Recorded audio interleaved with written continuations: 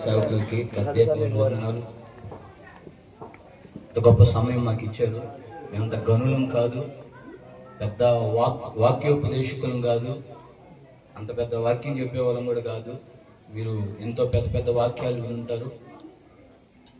కేవలం దేవుడిచ్చినటువంటి కృపను బట్టి ఒక 2 మాటల వల్ల అయినా సరే ఎవరో ఒకరు దేవుని తెలుసుకుంటారు అని ఒకే ఒక్క తలంపుతో వచ్చాం. చదువుకున్న వాళ్ళు ఏం కాదు, ఆయన చెప్పాడు చదువుకున్నాం అని చెప్పి. ఆయన ఏం చదువుకోవాలా, నేను కూడా 6వ తరగతి చదివా, అది కూడా 3 సార్లు 4 సార్లు ఫెయిల్. ఇంకా కుదరదులే అని చెప్పేసి పనికి వెళ్ళిపోయాడు. హల్లెలూయా. దేవుడు ఆశ్చర్యరీతిగా ఆయన పిలుచుకున్న దేవుడు, నమ్మదగిన దేవుడు. ఇంతవరకు చక్కటి సాక్ష్యాన్ని మనం విన్నాం.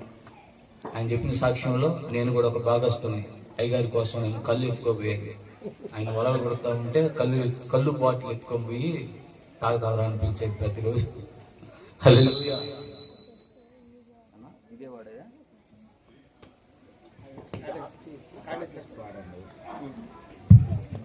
హల్లెలూయా. స్తోత్రం. ట్రైన్ జర్నీ చేయడం వల్ల హెల్త్ ఏం బాగాలేదు. ఎందుకో నిలబడితే ఇట్లా ఊగుతున్నట్టు అనిపిస్తూ ఉంది. బడి ముందు ఇదే పరిస్థితి, నిలబడుకోలేకపోతున్నాము, కూర్చున్నా కూడా కళ్ళు తిరిగిపోతున్నాయి. ఎందుకంటే చాలా దూరం నుంచి ప్రయాణం చేసి వచ్చాము. దయచేసి ఓపికతో కొన్ని మాటలు చెప్తాము, ఆ మాటలు వినండి. మన మధ్యలో మరొక దైవ సేవకులు ఉన్నారు, వారు కూడా వాడబడాలి కాబట్టి త్వరగా నేను చెప్పవలసిన వరకు 2 మాటలు చెప్తా. మీకు అందరికీ వాక్యం తెలుసు, కాకపోతే ముఖ్య ఉద్దేశం ఏంటంటే తెలియని ప్రజలకి యేసుక్రీస్తు ప్రభువారి గురించి కొన్ని మాటలు చెప్పాలని ఆశపడ్డాం కాబట్టి వచ్చాం. దయచేసి అందరూ కూడా శ్రద్ధగా ఉండండి, ఉద్యోగంగా ఉండండి. స్తోత్రం. హల్లెలూయా. సమయానికి మామూలుగా అయితే మేము ఆరాధన చేయాలి. ఆరాధనే 15 నిమిషాలు ఉంటుంది. స్తోత్రం. హల్లెలూయా. దేవుణ్ణి ఆరాధించకుండా మనం ముందుకు వెళ్ళకూడదు అని కూడా దేవుని నామానికే మహిమ కలుగును గాక. స్తోత్రం. చదువుకున్నాం పరిశుద్ధ గ్రంథం తెరిచి అందరూ. 2 రాజుల పుస్తకము 4వ అధ్యాయం 39 నుంచి ఎవరైనా బిగ్గరగా చదవగలిగిన వారు. అయితే ఒకడు కోరాకులు ఏరుటకు పొలంలోనికి పోయి వెర్రి ద్రాక్ష చెట్టును చూచి దాని గుణమెరుగక దాని తీగలు తెంపి ఒడి నిండా కోసుకొని వచ్చి వాటిని తిరిగి కూరకుండలో వేసెను. తినుటకు వారు వడ్డింపగా ప్రవక్తల శిష్యులు రుచి చూచి, దైవజనుడా, కుండలో విషమున్నదని కేకలు వేసి దానిని తినక మానిరి. అతడు పిండి కొంత తెమ్మనెను. వారు తేగ కుండలో దాన్ని వేసి జనులు భోజనము చేయుటకు వడ్డించుడని చెప్పెను. వడ్డింపగా కుండలో మరి ఏ జబ్బు కనిపించకపోయెను. స్తోత్రం. హల్లెలూయా. గమనించండి ప్రియ దేవుని బిడ్డలారా, మనం చదువుకున్నటువంటి వాక్యంలో ఒక దైవ సేవకుడు ఉన్నాడు. ఆ దైవ సేవకునికి చాలా మంది శిష్యులు ఉన్నారు. ఈ శిష్యుల్లో ఒకరిని పిలిచి, అరే ఇది క్షామకాలము కాబట్టి అంటే కరువు కాలం కాబట్టి మనకేం దొరకట్లేదు కాబట్టి నువ్వు వెళ్ళి కొన్ని కూరాకులు కోసుకురారా, కూర చేసుకుని తిందాము అని తన శిష్యుడిని పంపించడం జరిగింది. స్తోత్రం. హల్లెలూయా. అయితే వాడు వెళ్ళి ఒక మంచి ఆకులని చెప్పి కోసుకుందాం అనుకుని పోతే అక్కడ వెర్రి ద్రాక్ష చెట్టు కనపడింది వాడికి. ఆ వెర్రి ద్రాక్ష చెట్టు తీగలు కొన్ని తెంపి ఒడి నిండా కోసుకొని వచ్చి ఒక కుండలో వేసి కూర చేయడం జరిగింది. శిష్యులందరూ కూడా ఆకలి మీద ఉన్నారు. కూర్చొని ఆహారం తినడానికి కూర్చుంటే ఒకడు పెద్దగా కేకలేసి, దైవజనుడా, ఈ కుండలో విషం ఉన్నది అని చెప్తా ఉన్నాడు. ప్రైజ్ ది లార్డ్, హల్లెలూయా. మనం పై వచనాల్లో మనం చదివితే వాడు ఆ వెర్రి ద్రాక్ష తీగలు తెంపినప్పుడు దాని గుణమెరుగక తెంపుకొచ్చాడు అని తెలియజేయబడి జరిగింది. ఎలా తీసుకొచ్చాడంటే వాడు దాని గుణమెరుగక, గుణము గుణము గుణము ఎరుగక, గుణము అనగా దాని స్వభావం, దాని క్యారెక్టర్. Praise the lord. దాని స్వభావము, దాని క్యారెక్టర్, దాని గుణం ఎరుగక వాడు తెంపుకొచ్చాడంట. అది తీరా చూస్తే విషమై కూర్చోండి. స్తోత్ర. రాత్రి ఈ విశాఖపట్నం ఈ గ్రామంలో ఉన్నటువంటి ప్రభు నీతో మాట్లాడుతున్న మాట ఏంటంటే, నీ కుండలో విషం ఉన్నదా? నీ కుండలో విషం ఉన్నదా? ప్రైజ్ ది లార్డ్, హల్లెలూయా. చిన్న ప్రార్థన చేసుకుందాం. మహాపరిశుద్ధుడా, ప్రేమ కలిగిన నా గొప్ప తండ్రి, నీకు వందనాలు, స్తుతి స్తోత్రాలయ్యా. తండ్రి, ఇంత దూరం నాయన మమ్మల్ని క్షేమంగా నడిపించారు నాయన. ఇప్పుడు నాయన ప్రభా, నీ బిడ్డలను మా చేతికి అప్పగించారు. నా మరుగుపరిచి మీరు ప్రత్యక్షం అవ్వండి. శరీరం సహకరించడం లేదు తండ్రి, మీరే నాయన తండ్రి మహిమ పొందుకోండి. ప్రతి బిడ్డతో మీరు మాట్లాడండి, మాట్లాడవలసినటువంటి రీతిగా మీరు మాట్లాడండి ప్రభు. అందరి మీద నాయన తండ్రి కనికరం ఉంచి నాయన నీ నామానికి మహిమ తెచ్చుకోనమని యేసుక్రీస్తు నామములో ప్రార్థించున్నాను నా పరమ తండ్రి, ఆమేన్. హల్లెలూయా, హల్లెలూయా. అర్థమైందా? దాని గుణం ఎరుగక, దాని స్వభావం ఎరుగక వాడు తెంపుకొచ్చాడంట. ఈరోజు చాలా మంది జీవితాన్ని మనం చూస్తా ఉన్నాం. వారు కొన్ని స్వభావాలు తెలియక, గుణాలు తెలియక వాళ్ళు చాలా బాధలు పడుతున్నటువంటి పరిస్థితిలో ఇప్పుడు ఉన్నారు ప్రజలు. Praise the Lord. ఇక్కడ మనం బాగా జాగ్రత్తగా గమనిస్తే, కుండ అంటే నీ జీవితానికి సాదృశ్యం, నీ బ్రతుకుకి సాదృశ్యం, నీ హృదయానికి సాదృశ్యం. విషం అనగా చేదు, పాపానికి సాదృశ్యం. హల్లెలూయా. ఈ కుండలో విషం ఉన్నది, దైవజనుడా అని కేకలు వేస్తా ఉన్నాడు. నా దేవుడు ఈ వాక్యం ద్వారా మనందరితో మాట్లాడునుగాక. ప్రియ దేవుని బిడ్డలారా, గమనించండి. ఇప్పుడు ఆ విషం, ఆ చేదు దేనికి సాదృశ్యంగా ఉంది? పాపానికి సాదృశ్యంగా ఉంది. ఆ పాపము గుణము, స్వభావము, దాని క్యారెక్టర్ తెలియక చాలా మంది ఈ భూమి మీద బ్రతుకుతా ఉన్నారు. ప్రైజ్ ది లార్డ్, హల్లెలూయా. ఆ పాపము యొక్క గుణం, ఆ పాపము యొక్క స్వభావం, ఆ పాపము యొక్క క్యారెక్టర్ తెలియకుండా చాలా మంది బ్రతుకుతున్నారు. అలాగే మనమైతే చాలా మంది భక్తి చేస్తా ఉన్నాం. నా దేవుడు మాట్లాడుతా ఉన్నాడు, ఈ రాత్రి నీ కుండలో ఉన్నటువంటి విషయమంతా నా దేవుడు తొలగించునుగాక. ఈ రాత్రి గ్రామంలో ప్రతి ఒక్కరి జీవితంలో ఉన్నటువంటి ఆ పాపము నా దేవుడు తొలగించునుగాక. ఆ పాపం ఏందో నా దేవుడు బయలుపరచునుగాక. హల్లెలూయా, హల్లెలూయా. అర్థమవుతుందా వాక్యం? నా మాటలు అర్థమవుతున్నాయి మీకు? అసలు మీరు చాలా మర్యాదస్తులు, ముందు అండి తర్వాత అండి అంటారు, కానీ నేను అలాగనలేను. నాకు లాంగ్వేజ్ ప్రాబ్లం, దయచేసి ఏమనుకోవద్దు. చాలా మర్యాదస్తులు మీరు. మా నెల్లూరు వాళ్ళంతా అంటారు చాలా మర్యాదస్తులు, విశాఖపట్నం వాసులు చాలా మర్యాదగా పలకరిస్తారు. ముందు మర్యాద, వెనక మర్యాద. కానీ అవి మా లాంగ్వేజ్కి వచ్చేసరికి అవి మాకు కొంచెం ఉంటుంది. దయచేసి నన్ను క్షమించండి, అలా మాట్లాడట్లేదు ఏమని. హల్లెలూయా. అయితే ఈ రాత్రి పాపము యొక్క స్వభావాలు ఏంటో మనం తెలుసుకోబోతా ఉన్నాం. పాపము యొక్క స్వభావాలు ఏంటో మనం తెలుసుకోబోతా ఉంటాం. మామూలుగా పాపం పాపం పాపం పాపం పాపం పాపం పాపం అని అంటా ఉంటారు. మీరు ఏంట్రా నోరు తెరిస్తే పాపం పాపం పాపం అంటా ఉంటారు అని ఒకడు అడిగాడు నన్ను. వచ్చి నా రూమ్లోకి వచ్చి, నా స్నేహితుడే, నా సొంత స్నేహితుడే వచ్చి, నోరు తెరిస్తే పాపి పాపి పాపం పాపం అంటున్నారు, ఏంట్రా అని అడిగితే, సరేరా బాబు, నీ కొడుకంటే నీకు చాలా ఇష్టం, నీ కొడుకంటే చాలా ఇష్టం. వాడి వయసు ఎంత? 6 సంవత్సరాలు. నువ్వు బ్రాంతి తాగుతావు కదా, ఆ బ్రాంతి వాడికి కూడా పోయి అని అంటే అది ఎట్లా? తప్పు కదా అని అంటున్నాడు. వాడు దానికి ముందు ఏం చెప్పాడు నాకు అని అంటే, ముందు తాగడం తప్పు లేదు, అది సరదాగా తాగొచ్చు అని అంటున్నాడు. హల్లెలూయా.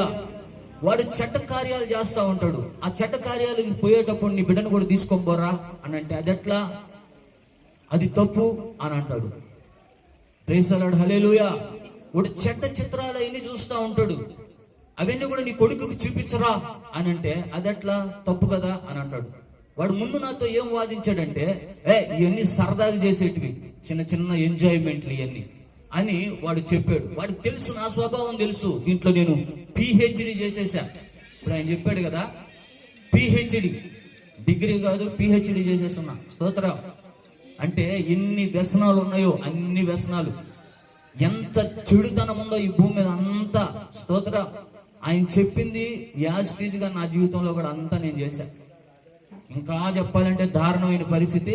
యేసు ప్రభువు నమ్ముకున్నటువంటి బిడ్డలు కనపడితే నాకు చండాలమైన అసహ్యం. వాళ్ళ ఇంట్లో ఒక ముద్ద అన్నం తినేదిలే, వాళ్ళ ఇంటికి వెళ్ళేవాడిని కాదు, నా స్నేహితులు ఉన్నా కూడా. ఇంకా యేసు ప్రభువును గూర్చినటువంటి చెడ్డ పాటలు, అసహ్యమైన పాటలు, హేయమైనటువంటి పాటలు పాడేటువంటి వాడిని నేను, రాసేవాడిని. ఎవరైనా పోతా ఉంటే ఆ బూతు పాటలు పాడేవాడిని, ఎగతాళి చేసేవాడిని. Praise the lord.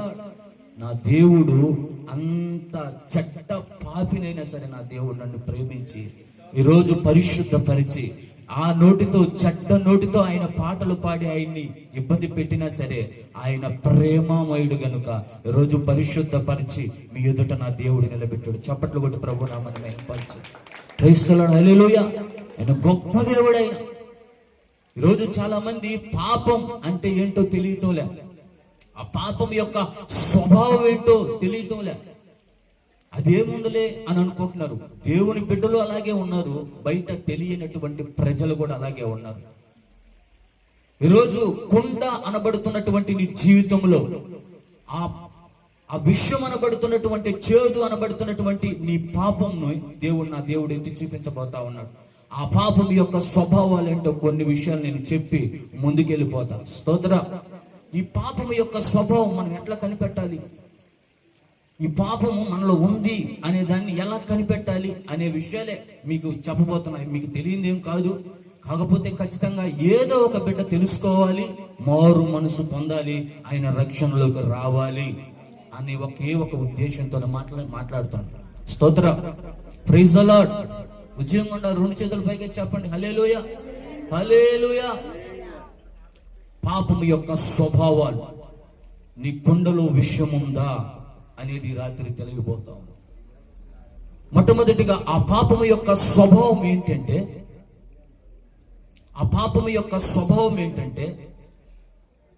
సమాధానము లేకుండా చేస్తుంది. ఒక మనిషి జీవితంలో అది సమాధానము లేకుండా చేస్తుంది. హల్లెలూయా. అదేంటది? పాపం చేస్తే సమాధానం ఉండదా? ఉండదు. ఎట్లా చెప్తాం మనం అని అంటే, యేసుక్రీస్తు ప్రభు వారి దగ్గరికి ఒక స్త్రీ వచ్చింది. ఆ పేరు ఏం పేరు? పాపాత్మురాలైనటువంటి స్త్రీ. హల్లెలూయా. పాపాత్మురాలైనటువంటి స్త్రీ, యేసు ప్రభు ఒక ఇంట్లో ఉన్నాడు, ఆయన ఒక ఇంటికి భోజనానికి వచ్చినాడని తెలిసి ఆమె వచ్చి ఆయన వెనుక తట్టు ఉండి ఆమె తెచ్చినటువంటి అత్తరు బుడ్డిని పగలగొట్టి ఆ పాదాలకు పూసి కన్నీటితో ఆయన పాదాలు తడిపి, అలాగే తన తల వెంట్రుకలతో ఆమె తుడుస్తా ఉంది. స్తోత్ర. హల్లెలూయా. ఈ విధంగా చేస్తా ఉంటే తన శిష్యులు అంటా ఉన్నారు, ఆ ఇంటి యజమానుడు అంటా ఉన్నారు, ఎందుకు నువ్వు విలువైనటువంటి అత్తరు బుడ్డి పగలగొట్టి ఈ విధంగా వేస్ట్ చేస్తున్నావు?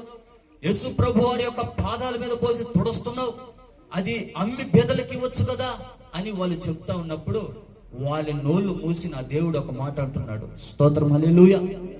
నేను నీ ఇంటికి వచ్చినప్పుడు కాళ్ళు కడుక్కోవడానికి నీళ్ళు ఇవ్వలా, నువ్వు నన్ను ముద్దు పెట్టుకోలా. స్తోత్రం. హల్లెలూయా.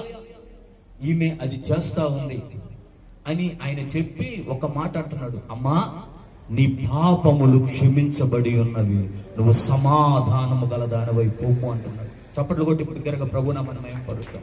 హల్లెలూయా. దీన్ని బట్టి నీకు అర్థమయ్యేది ఏంటి? ఆ పాపాత్మురాలు జీవితంలో నుంచి నా దేవుడు నాతో మాట్లాడుతున్న మాట ఏంటంటే, పాపం ఉంటే సమాధానం ఉండదు. ఇప్పుడు ఆమె జీవితంలో సమాధానమే లేదు. ఎందుకు లేదు? ఆమె పాపాత్మురాలు కాబట్టి. ఆ పాపాత్మురాల్ని ఎవరు చూసినా కూడా ఆమెను ప్రేమిస్తారా? ఆమెను దూరం పెడతారు, అసహించుకుంటారు, హేళన చేస్తారు. ఇంకా కొంతమంది ఆకతాయిలైతే ఆమెను ఇబ్బంది పెడుతూ ఉంటారు. ఆమె చేసేదే పాపం. పాపాత్మురాలంటే వ్యభిచారం. స్తోత్రం, హల్లెలూయా.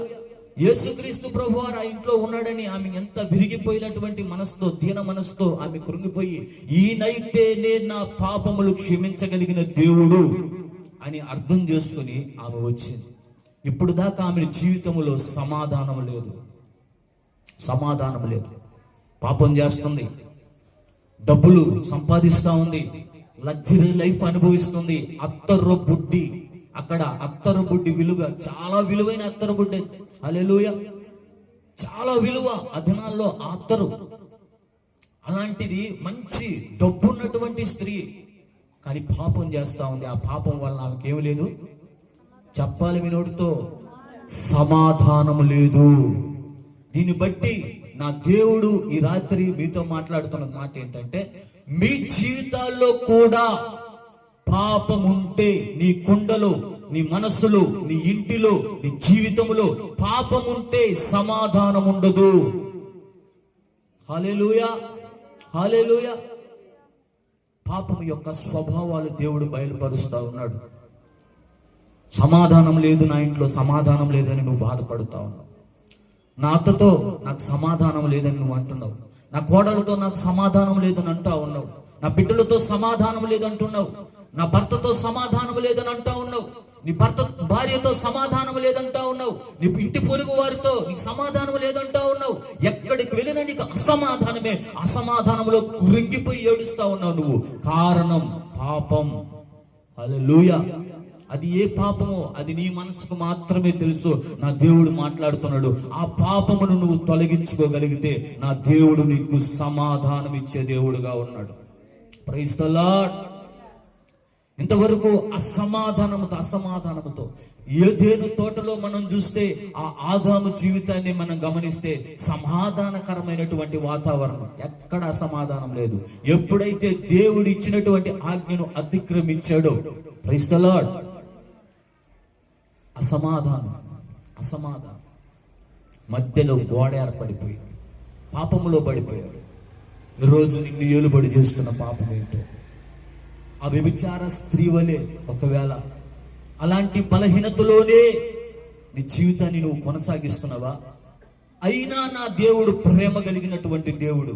నువ్వు ఆయన పాదాల దగ్గరకు రాగలిగితే, నువ్వు కన్నీరు కార్చగలిగితే, ఆయన ఆశ్రయించగలిగితే, నా దేవుడు నీ పాపములను క్షమించి, విస్తారముగా ఆమె చేసినటువంటి ఆ పాపాలన్నీ క్షమించి సమాధానముతో నా దేవుడు నింపేశాడు. స్తోత్రం. దేవుని బిడ్డలమని చెప్పుకొని కూడా చాలా మంది పాపం చేసేవాళ్ళు చాలా మంది. దేవుడు మాట్లాడుతున్న మాట ఏంటంటే, వాళ్ళకైనా క్షమాపణ ఉంటుంది, మనకుంటుందా క్షమాపణ? ఎన్నిసార్లు నిన్ను గద్దిస్తున్నాడు, ఎన్నిసార్లు బుద్ధి చెబుతా ఉన్నాడు, ఎన్నిసార్లు హెచ్చరిస్తా ఉన్నాడు, అయినా కూడా అదే మార్గంలో, అయినా కూడా అదే స్థితిలో ఒకవేళ నువ్వు ఉంటే నీకు అసమాధానమే. అసమాధానంతో కొంతమంది ఏం చేస్తూ ఉన్నారు, ఈ బాధ ఎక్కువైపోయి ఉరేసుకుని చచ్చిపోతా ఉన్నారు. ఈ అసమాధానంతో, ఇంట్లో గొడవలతో ఏం చేస్తున్నారు, పోయేసి ట్రైన్ కింద తలబెట్టేస్తా ఉన్నారు. ఈ అసమాధానముతో ఏం చేస్తా ఉన్నారు, పురుగుల ముందు తాగేస్తా ఉన్నారు. ఇంటి ముందు చల్లుతున్నటువంటి ఆ కల్యాపు నీళ్లు తాగేస్తున్నారు, కల్యాపు రంగు. Praise the Lord. ఎంతో మంది మనకు కనబడట్లేదు మన కంటికి. ఎన్ని న్యూస్లు మనం చదవటం లేదు, చూడటం లేదు. అసమాధానం. దీనికి కారణం పాపం పేరుకుపోవడమే. హల్లెలూయా. దేవునికి నీకు మధ్యలో ఉన్నటువంటి అసమాధానాన్ని కానీ నువ్వు తొలగించుకోగలిగితే, నా దేవుడు సమాధానపరిచే దేవుడై ఉన్నాడు. ఆ పాపము యొక్క క్యారెక్టర్, దాని స్వభావం, దాని గుణం ఏంటంటే అసమాధానం కలగజేస్తూ ఉంటది. అది నీకు నీ సేవకుడికైనా సరే, అది నీకు నీ కుటుంబానికైనా, నీకు నీ భర్తకైనా, భార్యకైనా, పిల్లలకైనా, బంధువులకైనా, స్నేహితులకైనా, ఈ పాపం ఏం చేస్తూ ఉంటదంటే అసమాధానాన్ని కలగజేస్తూ ఉంటుంది. స్తోత్రం. హల్లెలూయా. నా దేవుడు సమాధానమునకు కర్త అయి ఉన్న దేవుడు. ఆమేన్. ఆయన అసమాధాన కర్త కాదు, ఆయన సమాధానమునకు కర్త. ఆయనతో సహవాసము చేసిన ఎడల మీకు సమాధానము కలుగునని దేవుని వాక్యం సెలవిస్తుంది. ఈ రాత్రి అయినా సరే, ప్రభువా నేను పాపిని అని నువ్వు నోటితో ఒప్పుకొని కన్నీరు కార్చి ఆయన పాదాలు పట్టుకోగలిగితే, నా దేవుడు ప్రేమ కలిగిన దేవుడు నేను సమాధానంతో నింపబోతాను. Praise the lord. Hallelujah, hallelujah. రెఫరెన్స్లు ఉన్నాయి కానీ సమయం లేదు. త్వరగా నేను చెప్పి ముందుకెళ్ళిపోతా, మరొక మెసేజ్ ఉంది కాబట్టి. స్తోత్రం, హల్లెలూయా. మొట్టమొదటిగా పాపం యొక్క స్వభావం ఏంటి చెప్పాలి? అసమాధానం కలిగిస్తుంది మనిషికి, అది అసమాధానాన్ని కలిగిస్తుంది. నా దేవుడు సమాధానమునకే కర్త. ఆయన సమాధాన పరచడానికే చూస్తాడు. ఆయన విడగొట్టడానికి చూడడు, ఆయన కలపడానికే చూస్తాడు. ఆ రోజు తండ్రికి మానవుడికి అసమాధానం కలిగింది. సమాధాన కర్తగా అయిన మధ్యవర్తిగా యేసుక్రీస్తు ప్రభువారు వచ్చి సమాధాన పరిచాడు. హల్లెలూయా, హల్లెలూయా. ఎంతో మందికి లేనటువంటి గొప్ప భాగ్యం దేవుడు కల్పించాడు, యేసయ్య కల్పించాడు. ఈ రోజంతా కూడా మనం డైరెక్ట్ గా దేవుడి మందిరానికి వెళుతున్నామంటే ఆయన ఆ సిలువలో బలియాగమైపోయి ఆ అడ్డ తెరని చించేశాడు కాబట్టి మనం సంతోషంగా ఆయన కృప పొందుకోవడానికి వెళ్తా ఉన్నాం. స్తోత్రం. సమాధానమునకు కర్త అయినటువంటిది. ఈరోజు ఆ పాపము స్వభావం ఏంటో నా దేవుడికి తెలియపరిచాడు. సమాధానం లేకపోవడానికి గల కారణం పాపమే. స్తోత్రం. రెండవదిగా ఈ పాపము యొక్క స్వభావం ఏంటి అనేది రెండవది మనం గమనిస్తే, ఈ పాపము మనిషికి రోగమును కలగజేస్తుంది. చెప్పాలి మీ నోటితో, రోగమును కలగజేస్తుంది. నేను నవ్వించలేను, నా చేతరాదు, అది ఆ నడిపింపు కాదు. దయచేసి దేవుని మాటగా స్వీకరించండి. చాలా మాటలు మీరు వింటా ఉంటారు, దయచేసి వింటా ఉండండి. హల్లెలూయా. నా దేవుడు చెబుతున్న మాట ఏంటంటే, ప్రైజ్ ది లార్డ్, హల్లెలూయా. ఈ పాపం యొక్క స్వభావం ఏంటి అంటే రోగం కలుగు చేస్తుంది. ఎట్లా చెప్పగలం? ఒకరోజు కపెర్నహూము అని పడుతున్నటువంటి ఆ గ్రామంలో యేసుక్రీస్తు ప్రభువారు వాక్యం బోధిస్తా ఉన్నాడు. ఒక ఇంట్లో ఒక నలుగురు వ్యక్తులు ఆ మంచం మీద పడిపోయినటువంటి, కాలు చేయి పడినటువంటి ఆ వ్యక్తిని తీసుకుని ఆయన దగ్గరకు వస్తా ఉన్నారు. దారి లేక పై నుంచి కప్పులు ఊడదీసి అక్కడి నుంచి ఆయన దించడం జరిగింది. స్తోత్రం. ఇప్పుడు అక్కడ వాళ్ళ విశ్వాసాన్ని చూసి దేవుడు గొప్ప కార్యం చేశాడు. నా యేసయ్య, నువ్వు లేచి బాగుపడు అనాల్సింది పోయి, నా కుమారుడా నీ పాపములు క్షమించబడి ఉన్నాయి అని అంటా ఉన్నాడు. స్తోత్రం. ఆయన లేచాడు, ఆయన మంచం ఎత్తుకొని వెళ్ళిపోయాడు. ఒకటి, బెతెస్దా కోనేరు అనబడుతున్నటువంటి ఆ ప్రాంతంలో 38 సంవత్సరాలుగా ఒక వ్యక్తి పడున్నాడు, కాళ్ళు చేతులు పనిచేయట్లే ఆయనకి. అయితే ఆ వ్యక్తి దగ్గరికి నా యేసుక్రీస్తు ప్రభువారే వెళ్ళి ఆయన అంటున్న మాట ఏంటంటే, నువ్వు స్వస్థత కోరుచున్నావా, నువ్వు బాగుపడాలనుకుంటున్నావా అంటే, అవునయ్యా 38 సంవత్సరాలుగా నేను ఇక్కడే పడున్నా, ఒక్కడ కూడా నన్ను తీసుకెళ్లి ఆ నీళ్ళలో ముంచటంలే.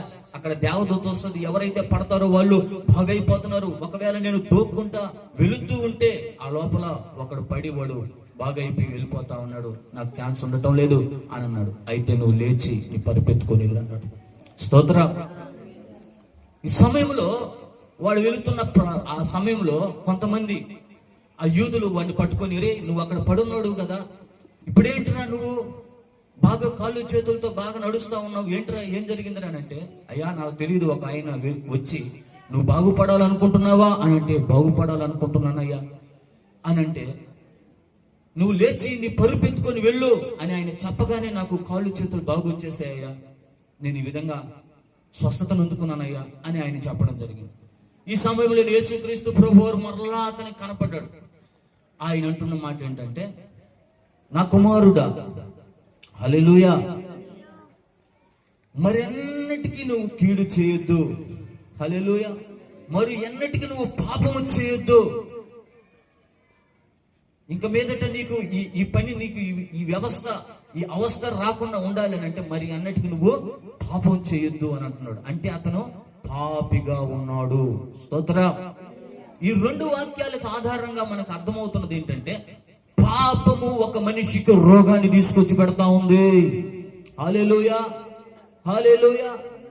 ఏంటి ఆ పాపము అని అంటే, నువ్వు వేసుకుంటున్నటువంటి తిరంగాలే, నువ్వు వేసుకుంటున్నటువంటి హాన్సే నీ బొగ్గు కూడా తినేస్తా ఉంది. క్యాన్సర్కి దారి అయిపోతావు, దారి చూపిస్తా ఉంది.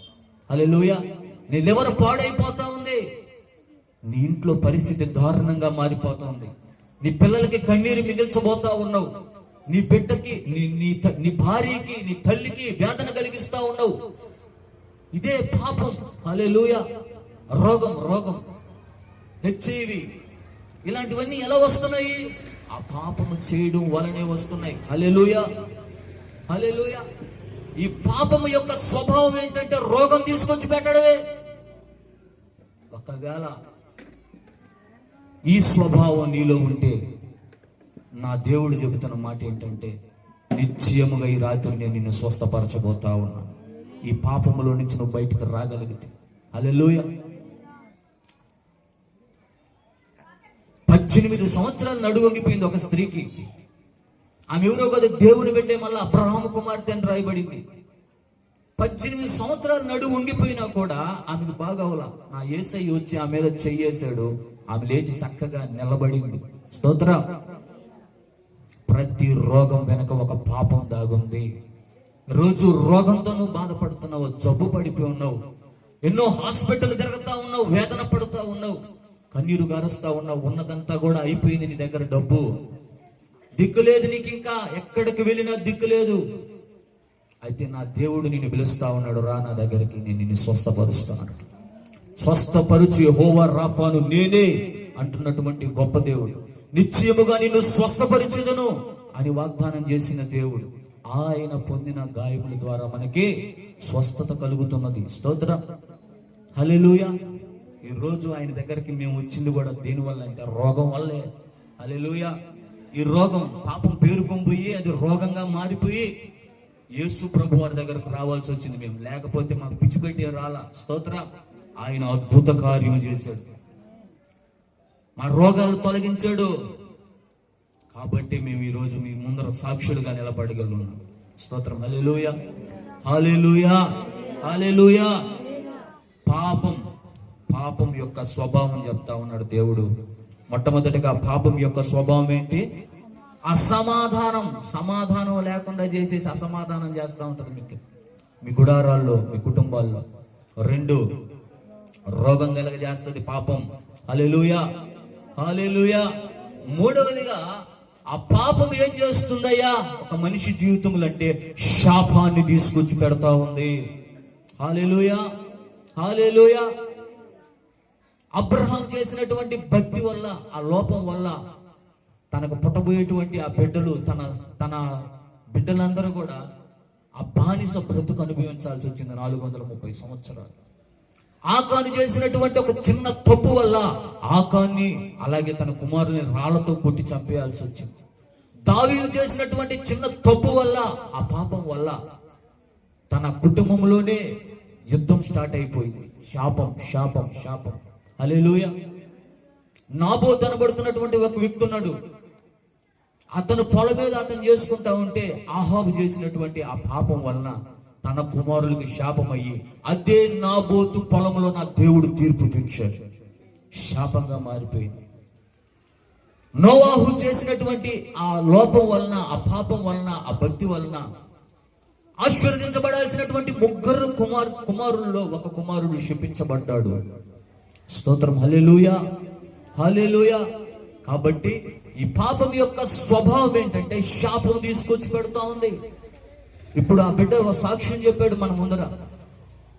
ఇదంతా అతను శపించబడడానికి గల కారణం ఏంటి? ఆ శాపాన్ని అనుభవించడానికి గల కారణం ఏంటంటే పితరులు చేసినటువంటి భక్తి. స్తోత్ర.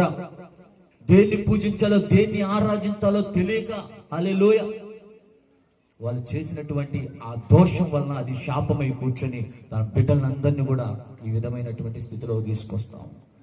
నువ్వు ఎలాంటి భక్తి చేస్తున్నావు? నీ కుండలో ఇంకా విషయం ఉందా? హల్లెలూయా. నీ జీవితంలో ఇంకా పాపం ఉందా?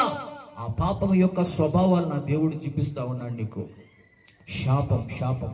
నా దేవుడు ఎవరంటే నీ శాపాన్ని ఆయన నెత్తినేసుకొని ఆయన శాపగ్రహి అయ్యాడు. హల్లెలూయా. ఈరోజు నీ శాపాన్ని, నువ్వు అనుభవిస్తున్న ఆ శాపాన్ని, నువ్వు పొందుకోవాల్సినటువంటి ఆ శాపాన్ని నా దేవుడు తనపై వేసుకొని ఆ సిలువ మ్రాను మీద 3 మేకుల మీద ఏలాడాడు. స్తోత్రం. ఇంకా శపితమైన భక్తి చేస్తావా? ఇంకా శపితమైన అనుభవాల్లో నేను ఉంటావా? నా దేవుడు నిన్ను పిలుస్తా ఉన్నాడు. నీ మీద ఉన్నటువంటి ఆ శాపాన్ని నా దేవుడు కొట్టేయాలని ఆశపడతావు. Praise the Lord. మీరు ఆశీర్వదించబడుటకే పిలువబడుతురి అని వాగ్దానం చేసిన దేవుడు. మీరు శపించబడిన జనం కాదు. శపితమైనటువంటి జీవితాల్లో మీరు ఉండకూడదు. హల్లెలూయా. మీరు ఆశీర్వదించబడుటకే పిలువబడుతురి. మనకు అవసరమా శాపం? హల్లెలూయా, హల్లెలూయా. ఏంటి శాపం? 2 పేతురులో రాయబడి ఉంటది, 2:14 అనుకుంటా. తర్వాత చదువుకోండి. స్తోత్రం. హల్లెలూయా. వేశ్య అయినటువంటి స్త్రీని ఆశించడం. స్తోత్రం. కన్నులు పాపము చేయకుండా మానకుండా పాపం చేస్తున్నాయంట. కన్నులు మానక పాపం చేస్తున్నాయంట. స్తోత్రం. అంటే కన్నుతో చూడడం, వేశ్యల గురించి ఆలోచన చేయడం, లోపత్వాన్ని గురించి హృదయాల్లో తలంపులు. స్తోత్రం. హల్లెలూయా. ఇవన్నీ ఎలా తయారైపోతా ఉన్నాయంటే శాపం కిందకు వచ్చేస్తా ఉన్నాయి. స్తోత్రం. నీ పొరుగువానిది ఏది నువ్వు ఆశించవద్దు అని నా దేవుడు చెప్పాడు.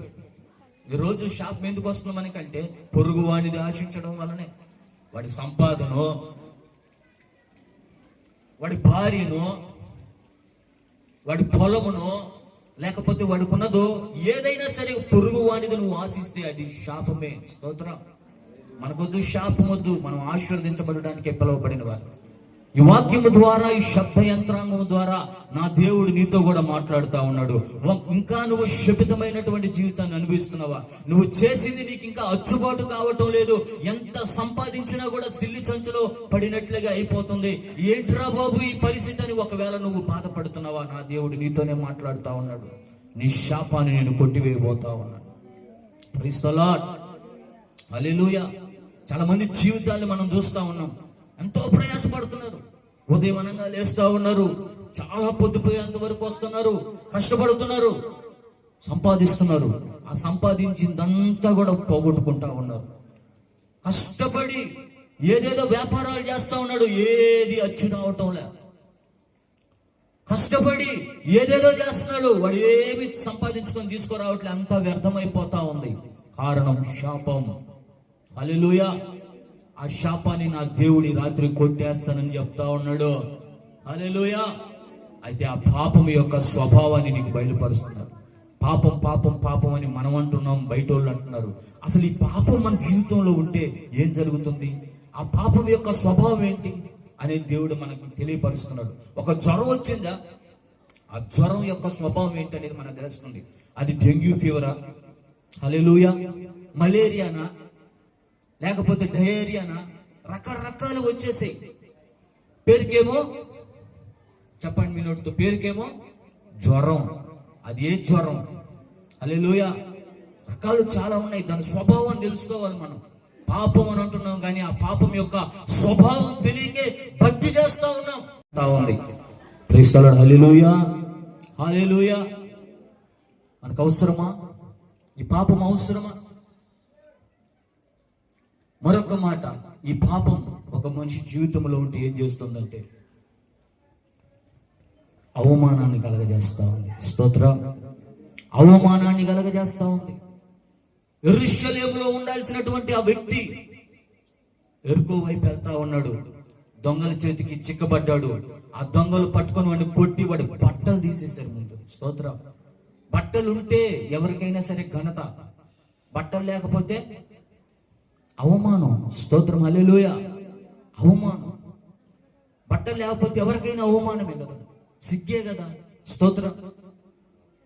ఇప్పుడు ఈ పాపం ఏం చేస్తుంది? వాడు చేసిన పాపం ఏంటి అని అంటే దేవుడి సన్నిధిలో ఉండాల్సినటువంటి వాడు లోకం వైపు చూసాడు.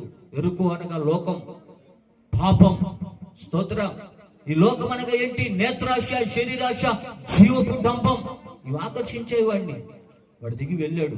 స్తోత్రం. హల్లెలూయా, హల్లెలూయా. అయితే ఆ పాపం వాడికి ఏం తీసుకొచ్చి పెట్టింది? అవమానాన్ని తీసుకొచ్చి పెట్టింది. స్తోత్రం. ఈరోజు ఆ పాపం యొక్క స్వభావాన్ని దేవుడు నీకు బయలుపరుస్తా ఉన్నాడు. నీకు అవమానం కావాలా? ఘనత కావాలి? ఏం కావాలి నీకు? ఘనత కావాలి. అవమానం వద్దు మనకి. స్తోత్రం. మీ అవమానమునకు ప్రతిగా రెట్టింపు ఘనతనిచ్చే ఆయన, అవమానాన్ని దొర్లించే దేవుడు ఆయన. స్తోత్రం. చరిత్రలో చాలా మంది అవమానించబడినటువంటి వాళ్ళే. దావీదుని అన్నలు అవమానించారు, యోసేపుని అన్నలు అవమానించారు, యెఫ్తాని అన్నలు అవమానించారు, తన అనుకున్నటువంటి వారే అవమానించారు. హల్లెలూయా. వెళ్ళేశారు, తరివేశారు, హీనంగా చూశారు. నువ్వు దేనికి పనికిరావు పో అని అన్నారు. కానీ నా దేవుడు వారి చేయి విడిచిపెట్టాడా? లేవనెత్తి మహిమ కలిగిన సింహాసనాల మీద దేవుడు కూర్చోబెట్టాడు. స్తోత్రం. హల్లెలూయా. వారి అవమానాన్ని నా దేవుడు ఘనతగా మార్చేశాడు. Praise the lord. హల్లెలూయా. ఈ పాపం యొక్క స్వభావం ఏంటంటే అవమానం తీసుకొస్తుంది. ఎవరైనా ఆశించి ఇప్పుడు వ్యభిచారం చేస్తా ఉంటే పట్టబడితే ఏం జరుగుతుంది? ఇప్పుడు ఇద్దరికే తెలుసు, అది పాపం చేసేటువంటి భార్య భర్త, ఇద్దరు వ్యక్తులకే తెలుసు, అది భర్త అయినా భార్య అయినా. హల్లెలూయా. ఈ పట్టబడితే ఏం జరుగుతుంది? చుట్టుపక్కల వాళ్ళందరికీ తెలిసిపోతుంది. తలా చెయ్యేస్తున్నారు, మనం తీసిపోయి జైల్లో పెడుతున్నారు. ఒకవేళ ఇది ఎక్కువైపోతే ఏదో ఒకటి చేసుకొని చచ్చిపోతున్నారు. మన చూడలా ఆ తునిలో అనుకుంటా ఒక ముసలాయన 70 సంవత్సరాల వ్యక్తి ఒక చిన్న పాపని ఆ తోటలో తీసుకెళ్లిపోయాడు. అవమాన భరితంతో ఆయన చెరువులో దూకి చచ్చిపోయాడు అని చెప్పారు. స్తోత్రం. హల్లెలూయా. పాపం పాపం పాపం ఏం చేస్తుంది? అవమానాన్ని తీసుకొస్తుంది. ఆయన మంచి స్థితిలో ఉన్నాడు, మంచి ఉద్యోగం, ఇప్పుడున్న రూలింగ్ పార్టీలో. Praise the lord. అవమానమే ఆయన చంపేసింది. ఇప్పుడు మనం అవమానించబడాలా? ఘనపరచబడాలా? ఘనపరచబడాలి అని అంటే పాపం నీలో ఉందో లేదో నువ్వు గ్రహించుకోవాలి. స్తోత్ర. నా దేవుడు నీ పాపమును తొలగించి ఆయన ఘనతగా మార్చు. పాపం యొక్క స్వభావం ఏంటి? నీ కొండలో విషయం ఉందా? హల్లెలూయా. పాపం యొక్క స్వభావం ఏంటి అని అంటే, పాపము దరిద్రమును కలుగు చేస్తుంది. ఎట్లా చెప్తాం మనం? నిండుగా సమృద్ధిగా ఉన్నటువంటి కుటుంబంలో ఒక బిడ్డ ఉన్నాడు. ఆ బిడ్డ ఏం చేశాడు? తండ్రితో గొడవ పెట్టుకొని, నానా నాకు కావలసినటువంటి, నాకు రావలసినటువంటి ఆస్తి నాకు ఇచ్చేయి, పంచేయి, నేను వెళ్తున్నా, నాకొద్దు, నువ్వు వద్దు, నీ కుటుంబం వద్దు, నీ సంపద నాకు ఇంత వద్దు, నాకు ఇచ్చేయి, నేను వెళ్ళిపోతా, నేను ఏదో వ్యాపారం చేసుకొని బ్రతకతా అని చెప్పి వెళ్ళిపోయాడు. స్తోత్రం. హల్లెలూయా. వెళ్ళిపోయి వాడేమో ఎలా తయారైపోయాడు? పందులు తినే పొట్టు తింటా ఉన్నాడు. చివరికి వాడు బుద్ధి వచ్చి తన తండ్రి దగ్గరికి వస్తూ ఆయనతో అంటున్న మాట, తండ్రి నీకును పరలోక రాజ్యానికి నేను పాపం చేసిన వాడిని అయితే. స్తోత్రం. హల్లెలూయా. హల్లెలూయా. ఈ పాపము ఏం చేస్తుందంటే దరిద్రాన్ని తీసుకొచ్చి పెడతాయి. మనము ఆశీర్వదించబడుటకే పిలువబడుతుంది. హల్లెలూయా. క్రీస్తు మహదైశ్వర్యములో ఆయనని ప్రతి అవసరమును తీర్చును. ఆయన ఐశ్వర్యవంతుడైనటువంటి దేవుడు ఆయన. కాకపోతే నీ కోసం ఆయన దరిద్రుడిగా మార్చబడ్డాడు, నీ దరిద్రాన్ని ఆయన మీద వేసుకొని. హల్లెలూయా. కోటాను కోట్ల దేవదూతల మధ్య ఆరాధించబడుతున్నటువంటి గొప్ప దేవుడు కదా. ఆకాశమున సింహాసనం, భూమిన పాదపీఠం అంటున్న దేవుడు కదా. తండ్రి కుడి పార్శ్వమున కూర్చున్నటువంటి దేవుడు కదా. అయితే ఆయన దీన మనస్కుడై, సాత్వికుడై, దరిద్రుడిగా వచ్చేసాడంట. స్తోత్రం. పోయినసారి మెసేజ్లో చెప్పాను, దరిద్రం ఏంటి అని అంటే ఇల్లు లేకపోతే దరిద్రం, బట్టలు లేకపోతే దరిద్రం, కూడు లేకపోతే దరిద్రం అని మనం అనుకుంటాం. కానీ నా దేవుడు అనుభవించిన దరిద్రం ఏంటంటే, సిలువ మాను మీద ఆయనకు ఒక గ్లాసు నీళ్లు దొరకలేదంట. దాహం దాహం అని అంటుంటే ఏ ఇంటికి వెళ్ళినా కూడా అమ్మ నీళ్ళు ఇవ్వమంటే ఎవరైనా ఇస్తారు. అదైతే ఉచితంగా వస్తాయి. అన్నం పెట్టకపోయినా, బట్టలు వేయకపోయినా, లేదా ఇల్లు కట్టుకోవాలి నేను అది చెప్పినా అవన్నీ చేయరు, కానీ ఖచ్చితంగా నీళ్ళు అయితే ఇస్తారు. అందుకే నా దేవుడు అన్నాడు, ఎవరైనా సరే నా దాసుడికి ఒక గ్లాసు నీళ్ళు ఇస్తే నాకు ఇచ్చినట్టు. బా, ఈ మాట నన్ను చాలా ఆకర్షితుని చేసింది. స్తోత్రం. ఈ బాధ అనుభవించిన దేవుడు కదా, అనుభవించబోతున్నానని తెలుసుకున్న దేవుడు కదా ఈ మాట చెప్పింది. హల్లెలూయా. ఎవడైనా ఒక గ్లాసు నా దాసుడికి నీళ్ళు ఇస్తే నాకు ఇచ్చినట్లు, ఎందుకంటే ఆయనకి సిలువలో గ్లాసు నీళ్లు కూడా దొరకలా, దరిద్రుడైపోయాడు ఆయన. ఎందుకు? నీ దరిద్రాన్ని ఆయన మోసాడు. స్తోత్రం. కాబట్టి పాపపు స్వభావాలేంటో నా దేవుడు తెలియపరిచాడు. ఏంటి చెప్పండి వినోడితో? పాపం ఒక మనిషిలో ఉంటే సమాధానం లేకుండా చేస్తూ ఉంటది. పాపం ఒక మనిషిలో ఉంటే రోగం కలుగు చేస్తుంది. పాపం ఒక మనిషిలో ఉంటే శాపాన్ని కలుగజేస్తుంది. పాపం ఒక మనిషిలో ఉంటే అవమానాన్ని కలుగజేస్తుంది. పాపం ఒక మనిషిలో ఉంటే దరిద్రాన్ని కలుగజేస్తుంది. హల్లెలూయా. అయితే నువ్వు సంతోషించాల్సిన విషయం ఏంటంటే, ఈ రాత్రికాల సమయంలో నీ కొండలో విషం ఉందా? అయితే పిండి రావాలి రాత్రి. హల్లెలూయా. ఆ కొండలోకి పిండి రావాలి. ఏంటి పిండి? గోధుమ పిండి. ఎవరి గోధుమ? ఈ రాత్రి నేను ప్రకటిస్తున్నటువంటి నజరేయుడైన యేసుక్రీస్తు ప్రభు. కొట్టి చప్పట్లో హల్లెలూయా. ఎవరి కొండలోకి, ఎవరి జీవితంలోనికి నా యేసుక్రీస్తు ప్రభు వారు ఆ పిండి రూపముగా వస్తాడో, ఇప్పుడు చెప్పబడినటువంటి ఆ దోషాలన్నీ తొలగించిపోతా ఉన్నాడు. Praise the Lord. అయితే ఆయన గురించి నువ్వు తెలుసుకుంటున్నావా? ఆ గోధుమ గింజ చచ్చితేనే గాని పోతే దాంట్లో నుంచి చెట్టు వచ్చి అనేక గోధుమ గింజలు మొలకెత్తుతా ఉన్నావు. ఈ రోజు పాపానికి నువ్వు చావకపోతే నువ్వు ఎలా ఫలిస్తావు? హల్లెలూయా. నా దేవుడు నీ కొరకు మరణించాడు, నీ కొరకు ప్రాణం పెట్టాడు, నీ కొరకు రక్తం గార్చాడు, నీ కొరకు సిలువ మాను మీద వేలాడాడు, నీ కొరకే పునరుద్ధానుడై లేచాడు, నీ కొరకే త్వరగా రానయ్యున్నాడు. చప్పట్లు కొట్టి ప్రభు నామమున మహిమపరచు. హల్లెలూయా. ఆయన నల్లగా కొట్టబడ్డాడు. యెషయా గ్రంథంలో ఒక మాట రాయబడి ఉంటుంది, ఆయనను నలగొట్టుటకు తండ్రికి ఇష్టముగా అయిందంట. స్తోత్రం. హల్లెలూయా. ఆయన నలగొట్టబడ్డాడు. ఎందుకు నలగొట్టబడ్డాడు? నీ కొరకే కదా. పాపం వలన నీకు వచ్చినటువంటి ఆ అసమాధానాన్ని తొలగించడానికే కదా ఆయన నలగొట్టబడ్డాడు. ఆ పాపం వలన నువ్వు తెచ్చుకున్న రోగాన్ని తొలగించడానికే కదా ఆయన నలగొట్టబడ్డాడు. ఆ పాపం వలన నువ్వు తెచ్చుకున్నటువంటి శాపాన్ని తీసివేయడానికే కదా ఆయన నలగొట్టబడ్డాడు. ఆ పాపం వలన నువ్వు అనుభవిస్తున్న అవమానాన్ని తొలగించడానికే కదా ఆయన నలగొట్టబడ్డాడు. ఆ పాపం వలన నువ్వు అనుభవిస్తున్న దరిద్రాన్ని తీసేయడానికే కదా ఆయన నలగొట్టబడుతున్నాడు. స్తోత్రం. హల్లెలూయా. ఇంకా నీ కొండలో పాపం ఉందా? ఇంకా నీ జీవితంలో పాపం ఉందా? అయితే ఆ పిండిని ఆహ్వానించు, యేసయ్యను ఆహ్వానించు. ప్రభువా, నా జీవితంలో ఒక్కసారి రాయ్యా, నా బ్రతుకు మార్చయ్యా. నువ్వు ఒక్క మాట నోరు తెరిచి అడగగలిగితే, అయ్యా మా ఇంట్లో అసమాధానాలతోనే నా బ్రతుకు నేను కొనసాగిస్తా ఉన్నా, ఎప్పుడెప్పుడు చచ్చిపోతా